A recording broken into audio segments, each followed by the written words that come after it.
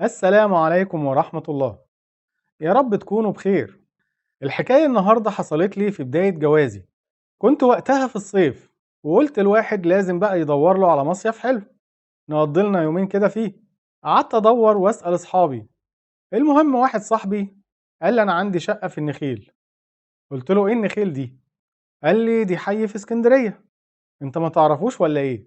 قلت له يعني افتكر سمعت عنه قبل كده. قال لي انا عندي شقة جديدة في منطقة جديدة هناك، يلا يا عم ابسط بقى. قلت له طب بكام؟ قال لي ده كلام برضه، احنا بينا الكلام ده انا اجيبها لك لغاية عندك. قلت له ايه يا ابني، هي عروسة؟ قال لي لا دي شقة جديدة وفرشها بشوكو، يعني عروسة. قلت له طيب يا سيدي، بكام بقى لو هاخدها اسبوع؟ المهم من هنا لهنا اتفقنا على 100 جنيه، 100 جنيه في اليوم. بس هو طبعا كان عايز 200 في الاول، وانا كنت مستغرب هو ليه نزل في السعر كده بسهولة. المهم رجعت البيت وانا فرحان جدا بقى، وندهت على سعاد. سعاد دي تبقى المدام طبعا. احنا هنصيف يا سعاد، احنا هنصيف في اسكندرية اسبوع بحاله وكمان في شقة جديدة. طبعا سعاد طارت من الفرحة وبقت مش مصدقة نفسها. جه ميعاد السفر، اخدنا العربية وطرنا على اسكندرية. الحمد لله وصلنا وكله تمام، مفيش اي مشاكل. سألت على النخيل فين، وبعد ما وصلنا قعدنا نسأل على المنطقة الجديدة. وقفت واحد كده وسألته فين المنطقة الجديدة، راح سايبني وماشي وما ردش عليا. طبعا هيطلع واحد فلحوظ دلوقتي ويقول لي ما جبتش المكان على الجي بي اس ليه. هقول له لان وقت القصة دي كانت الموبايلات بالزنبلك. طبعا مش عارف يعني ايه زنبلك، يعني موبايلات النت بالنسبة لها رفاهية اصلا، والنت كمان كان بعافية في الوقت ده. وكنت مستغرب جدا ان الراجل سابني ومشى كده ليه. سألت بياع في كشك، راح رد عليا بسؤال: انت رايح هناك ليه؟ قلت له وانا مبتسم كده وفخور: مصيف. راح الراجل بص لي بصة غريبة، ما تعرفش هو قرفان ولا زعلان ولا كئيب. كان راجل مستفز كده. في الاخر وصلنا المنطقة الجديدة، كانت فعلا جميلة جدا، والعمارات شكلها رائع وهادية هادية. وطلعنا الشقة كانت في الدور التاني، والعفش كان جديد فعلا زي صاحبي ما قال لي. حتى المطبخ كان فيه ميكرويف، اي نعم سعاد ما بتحبش تستخدمه بس كان موجود. والتلفزيون شاشة كبيرة 50 بوصة، يعني كان فيها من الإبرة يعني كان فيها من الإبرة للصاروخ. قعدنا ندعي لصاحب الشقة على الهدية الجميلة اللي هو اداها لنا. رتبنا حاجاتنا في الشقة، وقلت لسعاد تعالي ننزل نقعد على البحر ونتغدى ونرجع بالليل. الجو كان تحفة، وأكلنا أكلة سمك كده من اللي قلبك يحبها. وبعدين رجعنا على الشقة. اليوم كان سفر وبحر، هنموت طبعا وننام. لما رجعنا كان الليل دخل، غيرنا هدومنا ودخلنا ننام. هتقولي ما اليوم جميل جدا كده وكل حاجة تمام، ايه المشكلة؟ ما انت مش عارف، الحكاية هتبتدي من هنا. وانا نايم حسيت ان في هوا سخن بيعدي على وشي، وحسيت ان الهوا السخن ده بيعدي على جسمي كله. ما حطيتش في بالي وكملت نوم عادي. وبعدين حسيت ان انا مش مرتاح في النوم، وان السرير بقى ضيق قوي وناشف كده. قلت وانا مغمض عينيا: يا سعاد اتخري شوية، مش عارف انام. ما ردتش عليا.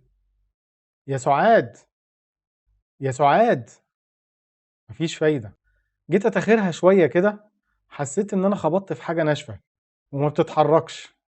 فتحت عيني كده، وكانت المفاجأة: انا نايم على الكنبة في الصالة. قمت مفزوع، ايه اللي جابني هنا؟ انا فاكر كويس ان انا نمت في اوضة النوم. جريت على اوضة النوم بسرعة، لقيت سعاد نايمة في مكانها. قلت لنفسي اكيد انا من التعب قمت شربت ولا حاجة ونمت على الكنبة وانا مش دريان. النوم غلبني، نمت تاني على السرير. وكل ده وسعاد في سابع نومة. بس اشمعنى سابع نومة؟ ليه ما يكونش تالت او رابع نومة؟ ما علينا. بعد شوية حسيت بالهواء السخن تاني، فتحت عينيا لقيت نفسي نايم على الكنبة في الصالة تاني.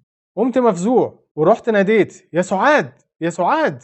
واخيرا صحيت سعاد وهي بتتاوب: ايوه يا فزلوكي. اصلها بتحب تدلعني. قالت لي مالك في ايه؟ قلت لها انا كل ما انام في الاوضه الاقي نفسي على الكنبه بره في الصاله. راحت ضحكه وقالت لي باين البحر والتعب خلاك تمشي وانت نايم. قلت لها جايز، ممكن برضه. قالت لي طيب انا مش قادره، انا هكمل نوم. انت نام لك شويه كمان، الساعه قربت على 1 بالليل. قلت لها لا انا هقعد شويه. دخلت هي تنام وانا قعدت على الكنبه وفتحت التلفزيون. وبعدها بشوية سمعت صوت رجلين بتجري على السقف. قلت بقى أكيد الجيران اللي فوق رجعوا البيت وولادهم بيجروا شوية، والصوت زاد عندهم زي ما يكون بينفضوا المراتب، وصوت الكراسي بتزحف على الأرض. حاجة غريبة. والنور ساعتها قعد يرعش شوية. قلت عادي. قعدت ساعة كده وبعدين دخلت نمت، وأخيرا طلع النهار والحمد لله كنت نايم في السرير. قعدنا أنا وسعاد نضحك على ليلة امبارح، وقلنا التعب خلانا نعمل حاجات غريبة. قضينا اليوم التاني على البحر وتمشينا بالليل وكنا مبسوطين. لما رجعنا كان عندي أرق مش عارف ليه، أو يمكن خايف. سعاد دخلت تنام وأنا قعدت أتفرج على التلفزيون لغاية ما جت الساعة 1. سمعت نفس صوت الرجلين بتاع امبارح اللي بتجري فوق السقف. قلت غريبة، شكل الجيران دول بيسهروا وبيرجعوا في نفس الميعاد بالليل، ونفس صوت الكراسي وتنفيض المراتب. بعدها بشوية سمعت خبط على الحيطة. قلت أكيد الجيران اللي جنبنا بيعملوا حاجة في الحيطة. بس ليه الجيران غاويين يعملوا إزعاج بالليل؟ أهو كله مصيف، والمصيف بيحب السهر. كل ده والنوم مش عايز يجيلي خالص. شوية وسمعت صوت خبط عند المطبخ. بصراحة المرة دي جسمي اتلبش، بس قمت أشوف يمكن في حاجة وقعت. دورت كده ما لقيتش في حاجة واقعة. رجعت ولسه بقعد لقيت النور قطع. ندهت يا سعاد يا سعاد. بعدها النور رجع. جت سعاد وقالت لي إيه يا فزلوكي، انت لسه صاحي؟ ايه خير؟ قلت لها مفيش، اصل النور قطع وقلت اطمن عليكي، بس الحمد لله رجع تاني دلوقتي. قالت لي طب انت المفروض كده تنام، قلة النوم ديت هتتعبك. وانا طبعا النوم طار من عيني. قلت لها طيب كملي انت نوم وانا جاي وراكي. مفيش ربع ساعة وسمعت السقف والحيطة بيعملوا خبط كده. ايه حكاية الجيران دول؟ انا مش عارف ايه. بعديها النور قطع. كان جنبي كبريت كده، ولعت الكبريت عشان اوصل للكشاف وانور الكشاف، بس العود كان بيطفي لوحده ومفيش اي هوا يطفيه. ولعت عود تاني. حسيت بنفس جنبي. لفيت بسرعة كده ما لقيتش حاجة. وقتها قلبي وقع في رجلي. وبعدين النور رجع وكانت الصدمة. لقيت نفسي قاعد على كرسي تاني. قلت أكيد أنا بيتهيألي. لقيت النور قطع تاني. جريت بسرعة على الأوضة وقلت يا سعاد. المهم طلع النهار وأنا لسه نايم، وسعاد بتحاول تصحيني. وأنا بقى لما صدقت إن أنام خرجنا برضو ورجعنا بالليل. بس الغريب إن لاحظت إن أبواب الشقق الموجودة بالعمارة عليها تراب، زي ما يكون محدش لمسها قبل كده. قعدت المرة دي وكنت مستعد ومجهز الكشاف جنبي، وسعاد طبعا كالعادة دخلت تنام. يا بختك يا سعاد. والساعة 1 بالظبط الدبدبة بدأت على السقف واشتغلت وشوية على الحيطان. بس المرة دي كانت الدبدبة مستمرة. وفجأة كل الأصوات سكتت. غمضت عيني وقلت الحمد لله. وبفتح عيني لقيت باب أوضة النوم بيفتح بالراحة. ندهت يا سعاد يا سعاد، بس سعاد ما ردتش.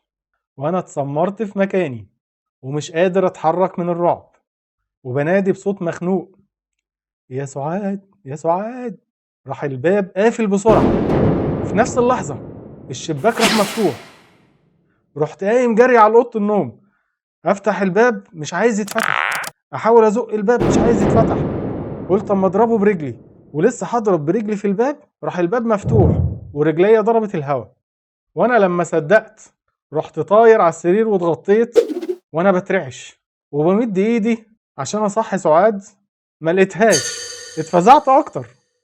قعدت انده يا سعاد يا سعاد. لقيت اللي طالعالي من جنب السرير. ساعتها انا صرخت آه. قالت لي مالك يا فزلوكي؟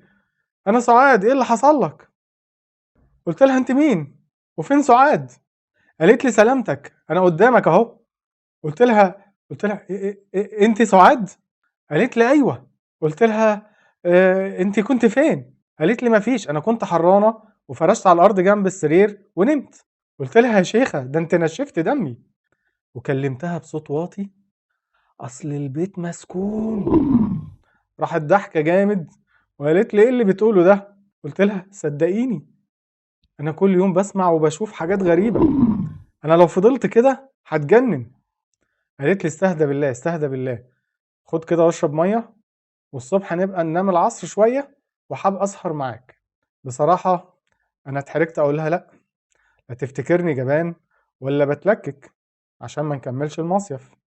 المهم تاني يوم فعلا حاولنا نرتاح أغلب اليوم علشان نسهر، وفعلا قعدنا وجبنا التسالي واتفرجنا على فيلم وقعدنا نلعب كوتشينة وضمنة.